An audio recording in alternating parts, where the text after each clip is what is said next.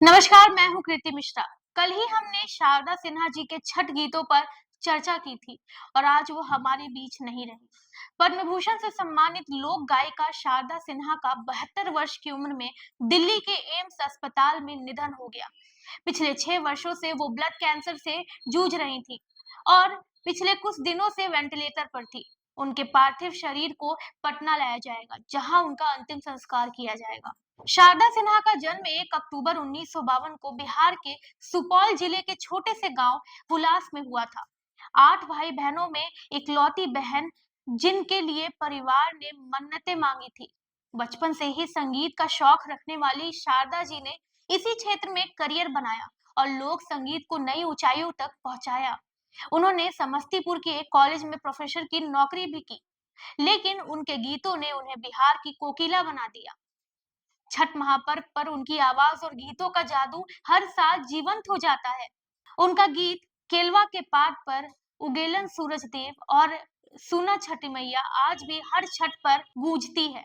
उनके गीतों ने बिहार की सांस्कृतिक पहचान को राष्ट्रीय और अंतर्राष्ट्रीय स्तर पर फैलाया। छठ, शादी और विभिन्न सांस्कृतिक आयोजनों में उनकी आवाज की गूंज एक अलग ही रंग भर देती थी। बॉलीवुड में भी उन्होंने अपनी छाप छोड़ी थी। हम आपके हैं कौन का विदाई गीत बाबुल उनकी आवाज में सुनकर सभी की आंखें भर आई थी। इसके अलावा गैंग्स ऑफ वासेपुर में भी उन्होंने गाना गाया था और वेब सीरीज महारानी का गीत निर्मोहिया भी बेहद प्रसिद्ध हुआ। दिलचस्प बात यह है कि मैंने प्यार किया के गाने कहे तो से सजना के लिए उन्हें सिर्फ 76 रुपए मिले थे, लेकिन इस गाने ने उन्हें एक अलग पहचान दी। संगीत के प्रति उनका जुनून और संघर्ष भरी यात्रा प्रेरणादायक है। उनके पति ब्रज किशोर सिन्हा ने उनका हर कदम पर साथ दिया। उनके पति के निधन के बाद वे काफी टूट गई थी, लेकिन उन्होंने अपने गीतों से लोगों के दिलों में हमेशा के लिए जगह बना ली। टी सीरीज, एचएमवी और टिप्स जैसी बड़ी म्यूजिक कंपनियों के साथ काम करते हुए उन्हें 62 से भी ज्यादा छठ गीत रिकॉर्ड किए गए।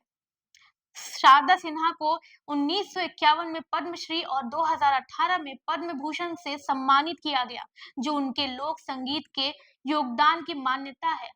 आज शारदा सिन्हा जी हमारे बीच नहीं रही, लेकिन उनके गीत हमेशा हमें उनकी याद दिलाते रहेंगे। छठ महापर्व, शादी, ब्याह और हर पारंपरिक उत्सव में उनकी आवाज गूंजती रहेगी और वो हमेशा हमारे दिलों में जिंदा रहेंगी।